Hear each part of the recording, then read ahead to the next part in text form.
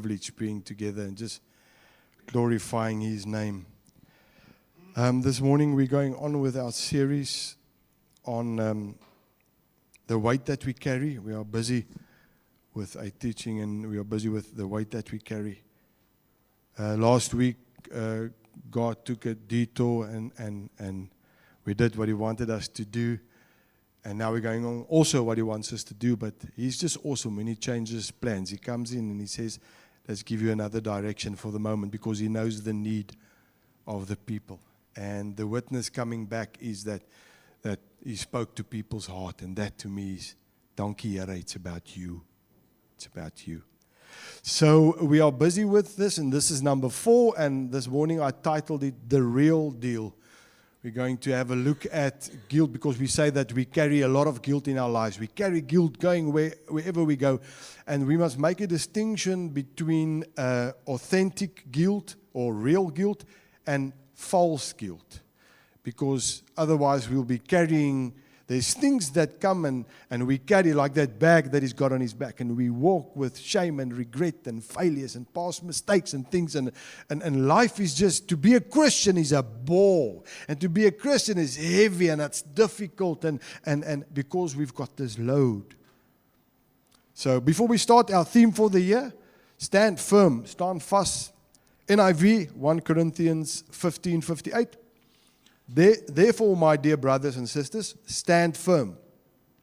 Let nothing move you. Always give yourselves fully to the work of the Lord, because you know that your labor in the Lord is not in vain. Afrikaanse ou vertaling, daarom my geliefde broeders, wees standvastig, onbeweeglik, altyd oorvloedig aan die werk van die Here, omdat julle weet dat julle arbeid in die Here nie te vergeefs is nie. And man, is things happening. My goodness, just put on the news. Die wêreld is op sy kop. It's all deur mekaar. It's all, now the oil price is there, now the diesel price is going up, and then this is happening. And when it comes down, no food prices comes down. And all a lot of the illegal immigrants has left, and now the people are fighting, but where's our spaza shops? And well, you chase the people away. And now the locals don't want to work. It's all in the news. They rock up to farms. It's everything is like that. And if we look at that and set our mind on that, we'll just go under. We'll never make it. So for my health and for the health of my home, my wife has put this on me. You don't watch the news for many years now. Want jy kan jouself nie gedra as jy die nuus kyk nie. That's now me, né? She says, jy kan jouself nie gedra as jy die nuus kyk nie. Because I get all worked up and all negative and I want to do something. I want to start a beweging that goes out in the night and does things that and so she said, nope. So now I hear about things because I must still be up to date. Otherwise you look like, huh? My kleintjie is nou waar sy sê, huh? If you ask them, huh? So you go, huh? So it's all deur mekaar, but we've got to stand firm like never before. Just a quick recap of the previous time. Previous time we looked at who put this on you. Who put this on you? And we looked at guilt that other people put on us because of their conviction. So they've got a conviction about a certain thing, and then they come to you and they make it part of the gospel. It's not even in the Bible, but they make it part of the gospel and they put it on you, and now you live a life because they've put that on you. And we had a look at a couple of things like food. You're not allowed to eat this. And that's why movies, not allowed to watch this. You're not allowed to, where I came from, I've said, you're not even allowed to go to the movies. TV, which programs are you watching? The Food Channel. Music. Where I come from, you were not allowed to listen to any secular music, only Christian music. Rest day. You've got to rest on the Sabbath. You've got to rest on. And then we had a look at Romans 14, and we got a lot of answers in Romans 14. About the day and about, remember that there's others that's young in the faith and look after them and moenie fight and goeders oor hierdie nie, because the Bible says we must protect the unity more than trying to be right. And then we ended with, let the Bible have the final say and be led by the Holy Spirit and live your life to the full. So when somebody comes and he puts something, go and have a look. If it's the Bible, it's a yes. If it's not, because in the Bible, I know we don't want to hear it, but there's gray areas in the Bible when it comes to certain things. Because the Bible does say, don't steal, don't kill, Don't covet. There's things, but there's other things, like Paul says, we can do everything. Ek kan alles doen, maar nie alles is nuttig en goed vir my nie. So the one guy watches a movie, and he's got no thing with it, and another guy, when he watches a movie, die duivel besoek hom in die aand, or whatever. So, but now I make it gospel, and I say, you're not allowed to watch any TV. Like I've said, in my days, the TV was known as the one-eyed devil, die een-oog duivel. And then I went to visit the pastor, because ek het sy meisie gelike, that's what I mean. Sy meisie gelike. And then I found out he had a TV in his room. So and we said all kinds of stuff, and then we make it as if we preach it as the gospel. And we put condemnation on people, and they walk around with burden. It's too heavy. I can't even listen. To me, the luckiest thing was to go visit my friend and listen to Radio 5. Out of the pit of hell, but wasn't nice. Nice rock music, because ek het 'n baie breë musieksmaak. So ek was moeg vir ek is op my pad hemel toe. I wanted to hear some other stuff as well. So things like that. If the Bible is not clear, what does the Holy Spirit say inside of you? If you sit in a movie and things is like this, don't watch it. Get out. Don't watch it. You've got the Holy Spirit. And you've got a conviction. And you've got values. We'll get to values this morning. And if it's against that, you stand up and you walk away. The one guy can drink a glass of wine. The other guy can't even look at the glass of wine. Now I make it a gospel. Don't drink wine. Or whatever it is. And then we talked about that. But let's go on. Our main scripture, Romans 8:1, Amplified Classic, awesome. Therefore, there is now no condemnation, no judging guilty of wrong for those who are in Christ Jesus, who live and walk not after the dictates of the flesh, but after the dictates of the Spirit. The Passion translations put it this way. So now the case is closed. There remains no accusing voice of condemnation against those who are joined in life union with Jesus, the Anointed One. So today we're going to define and look at the difference between authentic and true, or true guilt and false guilt. I just want to, it's going to be a very practical section, because I'm a practical guy, so I love to give you a tool. So some major areas where guilt often attacks us, and I've got it up here on the screen on a slide. Look at the areas where guilt attacks us. I say, daar is nie die volgende slide. Daar is hy. Exercise habits. Some feel guilty, others feel not. That one guy said, as hy enigstens die gevoel kry om te gaan draf, dan gaan lê hy tot dit oorgaan. So it depends on, it's different people now. Exercise habit. Past choices. Ooh, we can beat ourselves up about past choices. Nee. Eating habits. Money habits. So this is where guilt can come in. Success. Spiritual habits. Not practicing self-care. Not being more productive. Parenting. Whoa, the day and age we live in. I'm glad that I grew up when I grew up. As jy droog gemaak het, het jy dit gekry. There was no sielkundige goed nie. Al sielkundige goed was 'n lekker beld op die boude. Because at that time, the medical profession only went so far as to find out that every single child has got a tube running from their ears to their buttocks, to their bum. And because of life, there's a build-up of wax. So what needs to be done is the behind needs to be warmed up, and up the tube it goes and it melts all the wax, and all of a sudden your ears open and you listen. And that's the way I was brought up. But things have changed. I know, I've seen it. Because now you must, and it's difficult, and we've got social media, and everybody's got an opinion. Every single person. Then this guy pops up and he's got an opinion, you've got to do this. You do this, and then another guy, and jy probeer, en jy's totaal verward, because it's just, wow, it's just overwhelming.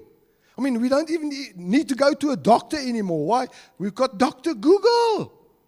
Ask Marsha, that's it. When you get to her and tell her what's wrong with you, why do you go to the doctor then? But it's ridiculous. And then I hear that the people that does counseling, dis nie meer so besig by counseling nie. Because the people ask ChatGPT. They don't go for counseling anymore. ChatGPT is verniet, and you just ask, I'm feeling like this, what should I do? And ChatGPT goes and it tells you what to do. So it's known. So we live in a different era. So I'm glad when ek opgegroei het, was it, Hey, ek het meer pak as kos gekry, and I think I turned out quite well. Today it's all different kinds of things and things. I just say the best works out the best for you. Go for it. But wow, I should have. I could have. I would have. Not living up to expectations. That can make you guilty, eh? And work. So this is just places. So then we can feel guilty about things we did. And we can also feel guilty about things that we did not do.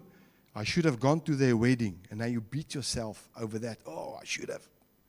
I should have handled that situation like this. It happened. So it's guilt. But then we can also feel guilty about good things. And we had a look at that. I feel guilty because I'm so blessed. I feel guilty because I got the promotion. I feel guilty because... So this is what is running around.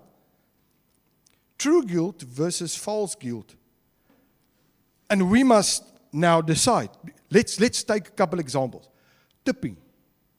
When you're at the restaurant, how much do you tip? Is it a 10%? Is it a 20%? Don't you tip? As die diens sleg is, what do? Call the manager and tell him, rather start a kindergarten or something. There's ways. You get people who throw, hy gooi die hele pram om. You go to a fast food counter, and then there's a tipping basket. Jy sê, ek koop net fast foods oor die counter, nou moet ek nog tip ook gee. Do you feel guilty or not? Verstaan jy? So one person might feel guilty, the next person said it, yeah. Needy, when you stop at the stoplight and there's a guy with a board that says, please help me, I need food. One day I stopped and I laughed and I gave the guy money. He had a big sign and it said something like this, please, I need money for karate lessons. I want to become a ninja to sort out my wife. Ek het so gelag. Ek is stikkend gelag by die robot. Ek het afgetrek, ek het hom geld gegee, ek het gesê, oorspronklik, verby. So what do? When do you feel guilty for not giving or gifts? When you're in a work situation and you get to work and it's almost Christmas time and your co-worker comes and they give you a gift and you know, I haven't bought them something. What do? Do you feel, this is just life. So, is it true guilt or is it false guilt? Work. There's a major project that's due and you need to work and you need to put extra time in, but when you come home, your kids are already sleeping. Do you feel guilty now? Is it true guilt, false guilt? This is real life situations. Giving, you're sitting in church and they're talking about tithes and offerings and you feel guilty because you don't give or you can't give. Is it true guilt, false guilt? Parenting. My dad was a guy who never said yes, sommer net. Oh, that, because in my life, everything should have happened yesterday already. So when I want to go to a friend, I'll ask my dad, Dad, can I go and visit this friend? And then he said, I'll sleep over it. I'll tell you tomorrow morning. Yes, ek wil mal word. Just tell me yes or no. Don't sleep over it. And then he'll sleep over it and think who the friend is and does he know their parents? And the next morning he'll wake up and he said, after contemplating and having a look at everything, you can't go. Yes, that's my spoed gebreek. At least say yes after all of this. So, you maybe your child comes and says, can I go? And you've got this feeling, I don't know that people, I don't feel lekker inside here. And you say no. Oh, all the other parents are letting their kids go. You don't want to allow me to do anything. You don't love me. Do you feel guilty of haal die plak uit? Nee, ek vra maar net, guilty or not guilty. Or you purchase something. There's something that you want. You like really want. You saw it and this is practical, people. You want to buy it, but you've got a budget and you've got a budget for that and then Black Friday rocks up. And the thing that you want is half price. And you buy it. Do you feel guilty? Don't you? But let's have a look at false guilt and true guilt, because then we can have a look at it. Nee. True guilt is a spiritual guide. True, authentic guilt is a spiritual guide. False guilt is a spiritual detour. It'll take you on another path. False guilt. When you feel guilty for things that you didn't even do, you end up acting as your own worst enemy. You feel guilty for things you didn't even do. Jy voel dit, jy kry net ouens wat so skuldig voel. You push people away, you ruin your, it's not, I'm not perfect. I'm not perfect. True guilt is what we feel when we do something wrong or when we cause harm. Then there's true guilt to say, I've done wrong. But there's a way to handle it. We'll get to that. Ne? I hurt your feelings and I feel bad, or I didn't keep my word, or I didn't meet at the place and time I said we will. That's true guilt. True guilt is more of a fact than a feeling, because the fact is I didn't pitch up. The fact is I didn't greet you, whatever. I yelled at my child out of frustration. It's a fact, but it's true guilt because I shouldn't have done that. I messed up a project at work, and now the whole team, because we work in teams, now the whole team. So you feel guilty, but it's true guilt. It's not. It's a true guilt. False guilt apologizes even if you've done nothing wrong. You say, sorry, ek is so jammer. False guilt is a weapon the enemy uses against us. He says, man, if I can just get you to feel guilty, I've won. I'll just sit back. False guilt is not even my guilt. Now, God's got a thing on my heart, laid a thing on my heart that I must do. I've got a purpose. I'm on my way. But because I feel guilty in that sense, I won't reach out and do something. Why? I can never do that. I'm battling with this, so I can't reach out and do that. Or I didn't even do that. And you've just got this feelings coming over you all the time. It's a feeling of condemnation. It's like that woman that's in a marriage. And she gets abused by her husband, but she feels guilty. I've talked to people like that, and I've met people like that. She's abused by her husband, but she feels that she's the guilty party. Children getting abused by their parents, thinking that they are the guilty party. False guilt. You've done nothing wrong, but they live with that. Their self-esteem is gone. Why? Because they live under this condemnation. It is my fault. They blame themselves. It's like parents blaming themselves when their kids flunk at school. Who's got to learn? You or your kid. Who's doing the studying? You or your kid. So you can put certain measurements in place, but if they don't do it, then that's it. And then we start blaming ourselves with things like this. This is the enemy because he's a liar. John 8:44, the C part in the Amplified says, when he lies, or the New Living, when he lies, he speaks what is natural to him, the devil. When he lies, he speaks what is natural to him. For he is a liar and the father of lies and half-truth. So, how do I distinguish then true guilt from false guilt? We have to develop, we've got the Holy Spirit in our lives, number one. And then you and I have to develop a moral code of conduct, if you want to put it that way. We have to have a compass in our lives, because then it identifies what is right and what is wrong. In other words, we've got to get a value system in place. Because if I've got a value system in place, then when it comes against my value, I know this is false guilt. It's not authentic guilt. For example, and we're going to have a look at some just quickly. One of my values, you've gone and you put up a list and you say, one of my values is family.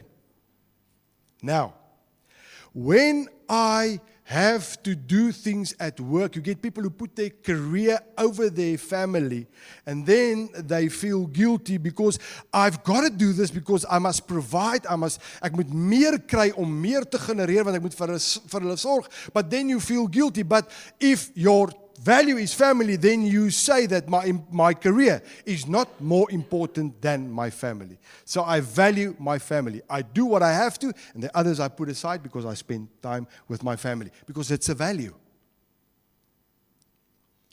If your value is that you need to rest, then you take a vacation and you go and rest, and you don't feel guilty about the fact that you can't be everywhere all the time.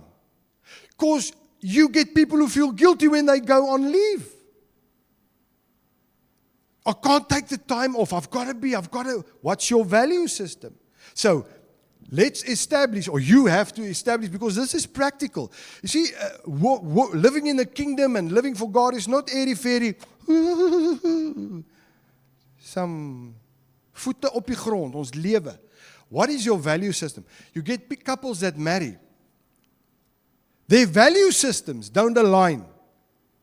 Because what is value number one for the one person is not value number one for the next person.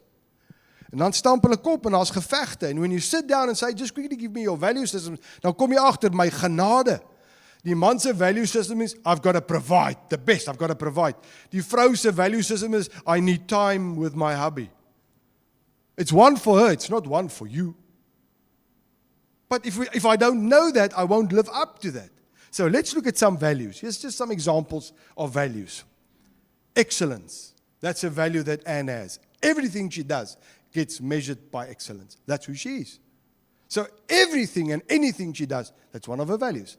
Adventure. You get people who's got who values adventure. Community. I mean, you get people that, so you can just have a look and you can decide. Freedom. Humor. Productivity. Growth.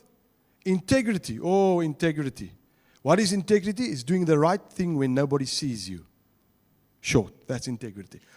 Commitment, joy, courage, risk. You get this risk taker. It's a value in their life, man. Fun. Die ernstige ou en die fun ou.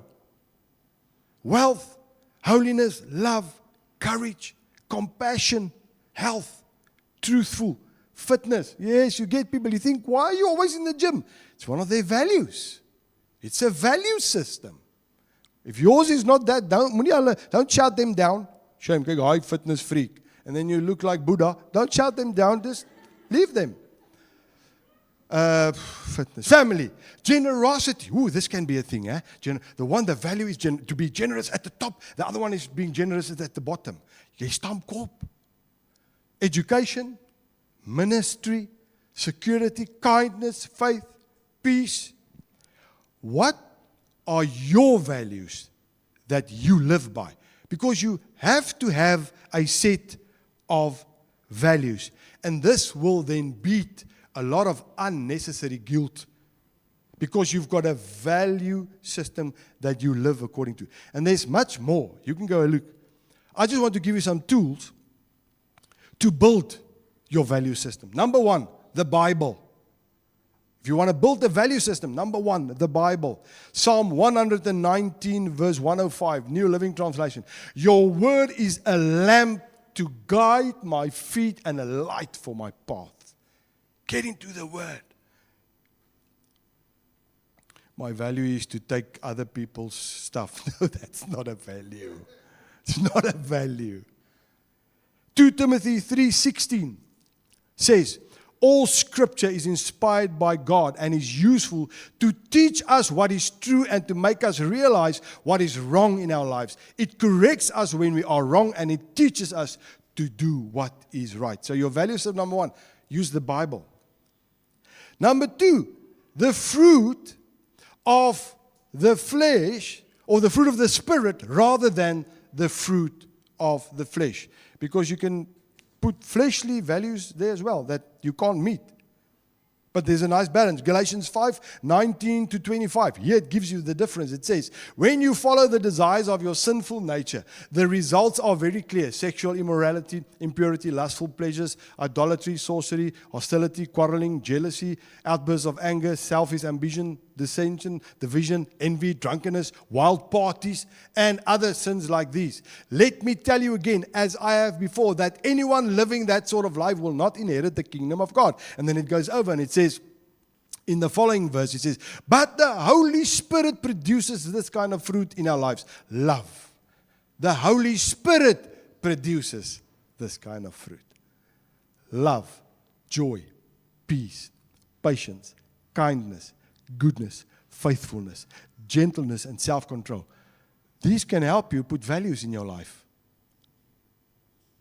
There is no law against these things. Those who belong to Christ Jesus have nailed the passions and desires of their sinful nature to His cross and crucified them there. Since we are living by the Spirit, let us follow the Spirit's leading in every part of our lives.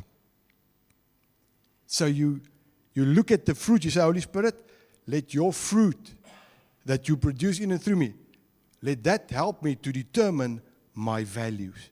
Listen, if you've got no values, then what are you living for? If you're not living for something, as jy nie vir iets mik nie, gaan jy nooit weet as jy dit mis nie. It's like people just go on. What are you doing? I don't know. I'm just going. Lekker.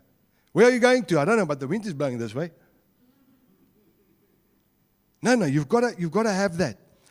We have that's the fruit of the Spirit. Then we have the Holy Spirit's guidance. Wow. The Holy Spirit's guidance for life and practical, setting up your values. John 16:13. When the Spirit of truth comes, He will guide you into all truth. He will not speak on His own, but will tell you what He has heard. He will tell you about the future. The Holy Spirit. Get up in the morning and ask, Holy Spirit, what do I need to do to be effective? Holy Spirit, what can I change in my value system? Because this is not working for me. What is more valuable than the other, the one thing? Because you know my life. You know the purpose in my life. Guide me. Then another means to help you setting up your values, the life and teachings of Jesus. The life and teachings of Jesus. The way He taught His disciples. The way He lived. The way He handled things. You can have a look at the Gospels. And you can say, God, you can have a look at Matthew, Mark, Luke, John. That's the Gospels. How did Jesus do it? And then you can say, Lord, like Paul, Galatians 2:20, it's no longer I that live, but I want you to live in and through me. Then there's counsel and community. That's very important.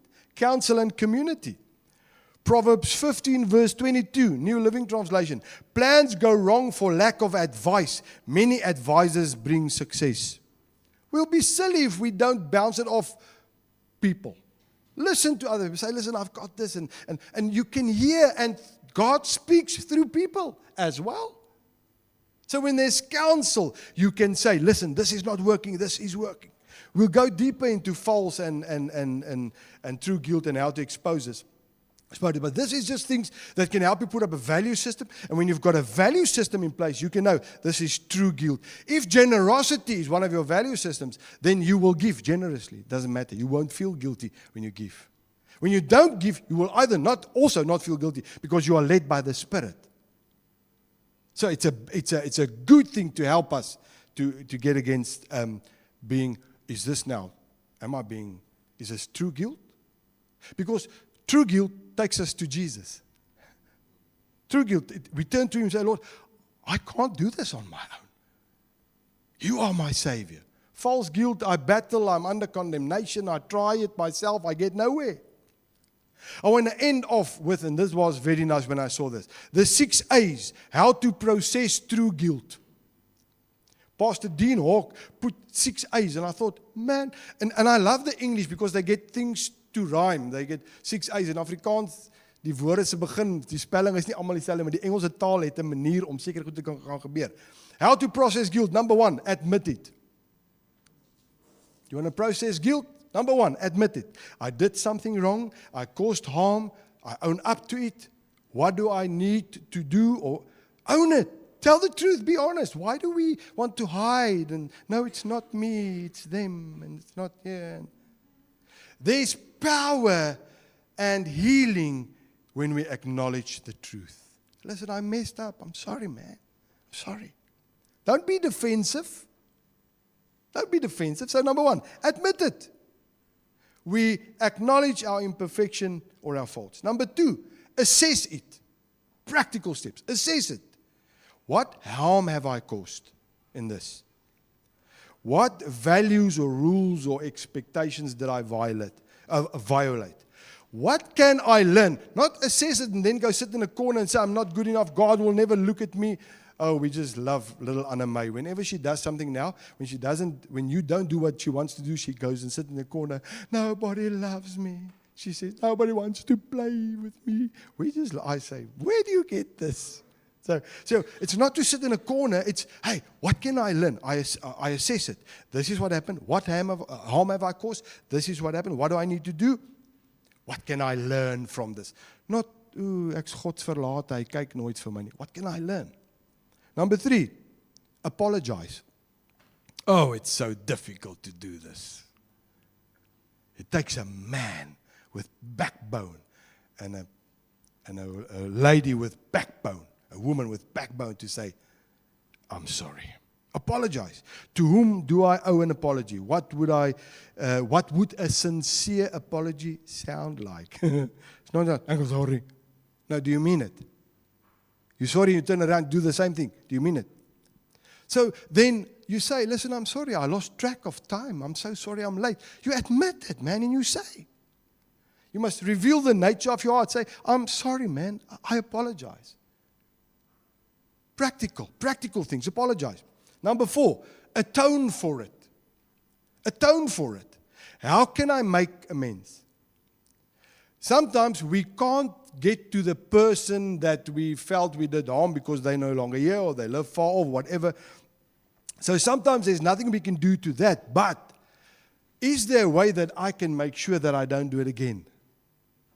So if I'm late for appointment, ask Siri to set up your schedule. Hey Siri. Don't say hey Siri in your car when Anna May is with you. Sy praat harder as ek. Siri se kop heeltemal die mekaar.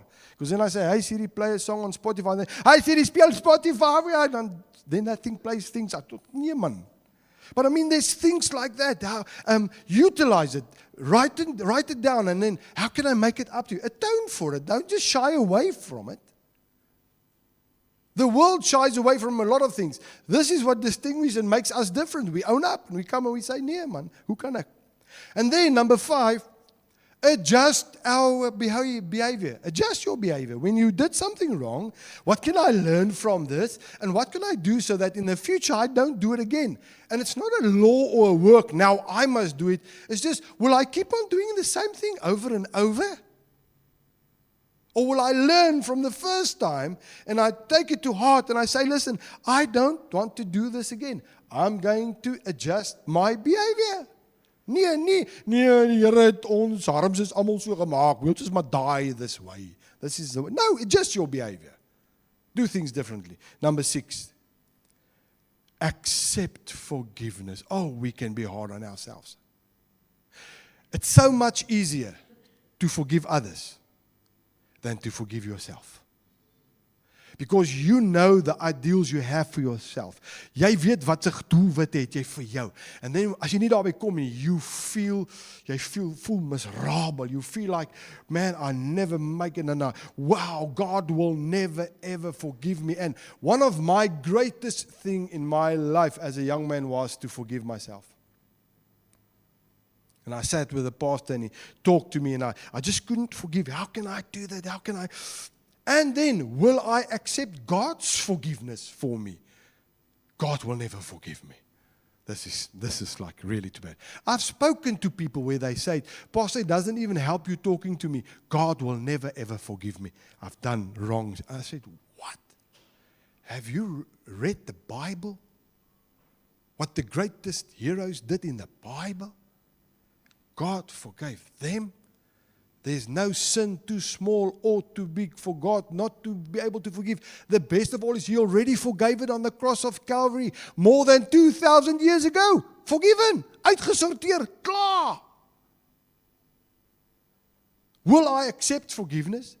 Will I accept that God forgives me? And then, will I be man enough to contact the person that I've harmed and ask for their forgiveness? If they are around. Nee, ek sal sê sorry, maar ek gaan nie vir hom sê sorry nie. Okay. Is it then, are you really now accepting forgiveness? Het jy regtig vergewe in jou hart? What about contacting that person and says, listen, I messed up. Ek gaan nie eens verskoning soek nie. Ek gaan nie probeer rondom die touwtjies en goedjies kom nie. I messed up and I ask, please forgive me. Maybe they won't forgive you. Because you get people, maybe you heard there was such a situation where they will say, I will not forgive you. I've seen people like this as well. They're laying on their deathbed And the person next to their bed asks me, is there anything that we can sort out in your life? What about that? Because they've heard about a dad not speaking to his son at his deathbed. I will never speak to him. I'd rather die. Wow. And they die. Man, and to live with that. No, man, let's measure up and let's say, listen, I'm going to accept forgiveness, forgive myself. I'll accept God's forgiveness over my life. And I'll be big enough to go to someone and say, listen, I'm sorry. You don't have to go tell them the whole thing. Just say, I'm sorry, I messed up. Please forgive me. If they then say, I will never forgive you, then you say, it's all right. I did ask you, as long now it's with you. I'm sorted out in the Lord. And we go on. I want to end. True guilt is a guide that takes me to God. It says, God, I messed up. I need you. You are my life. I can't do it without you. False guilt just loads a bunch of stuff on your back and you just live a life that's not yours and you can't do this and you can't do that. And God says you've got to do that and I'm not going to do that and because I feel overwhelmed and I've got all of this. True guilt is saying you need to run to God because He's the only one who can help you. False guilt screams, you're not good enough. You'll never make it. You don't deserve God's love. Look at what you've done. Look at what you've done. There's a guy by the name of Pastor Johnny Chang. He's on social media all over. This guy has got tattoos from his toes to his head. Looks like he's got a shirt on. He was put into jail from the age of 12 until he was 25 years old. He was part of the Chinese mafia. Killed people. 12 jaar oud, jy gaan tronk toe. Got radically saved. Read through the Bible from the front to the back 26 times. He's preaching a gospel. Man. Why? Because he had to accept that whatever he did, he was pardoned. God forgave him. And now this guy preaches with conviction. His ministry is like spreading like rapid fire all over. You get this guy and he looks like iemand het hom geslaan met 'n nat koerant and he opens his mouth and he shares Jesus. Jesus. God can turn things around because forgiveness is sorted out on the cross of Calvary. So if you want to have a look, go look up Johnny Chang and see what this guy is doing. See how he's proclaiming the gospel. He goes to prisons and preaches the gospel there because he comes from there. He knows them. He knows their lingo. When he walks in, they feel at home. He walks in and, hey, waar kom hierdie ou? Wie hy? Wat gaan hy sê? How many people did he kill or what did he do? Because he's got a dragon tattooed on him. Chinese mafia. Now he's just sold out to the Lord. He just loves the Lord and he's got this humble thing and he just wants people to know Jesus and they must just turn and go. Man, that is what happens when true guilt comes our way, turns us to Jesus and say, you're the only one. Let's stand. Maybe you've been carrying some false guilt. Maybe there's some things that bother you, and if you go sit and think about it, and when you put up a value system, you see that this is not even part of who I am, my family, my value system. Give it to God. The devil uses small things to keep us busy, to keep us our focus of the Lord. He doesn't come to you and put a gun in your hand and say, kill that person. He just says, did you see so-and-so, the way they looked at you? Did you see that? I told you, they don't like you. And now you walk down the street and you look at them and they're all sour because something happened. Maybe they did a suursweetjie in sy mond en sy gesig trek. And you look at them and they look at you like, and you say, "Daar hy vragtig is die waarheid. Look at it." Hey, people do that. And then you drive in your car and they drive past you and you greet and they don't even do niks and hulle gaan verby and you say, "Look at that." It's like me, I never, men greet cars and ladies greet people. Ladies see someone in the car, oh, that's so-and-so. I know that car, how's it? I don't know who's driving, how's it? Then in the end, you look like the Queen Mother. Because you're so scared you're going to offend someone. God's not greeting. So we take things and we put it on ourselves, and when I need to be an instrument in the hand of God, I can't be. Because I'm overburdened by things that's not even mine. And then there's practical things. Do you have a value system in place? What's that? No, that's the code of conduct that you live by, led by the Holy Spirit. So maybe you've got some guilt. Everyone that's watching the video, listening to the podcast, I want you just to take a moment, and then I'm going to pray. Just think for yourself for a moment.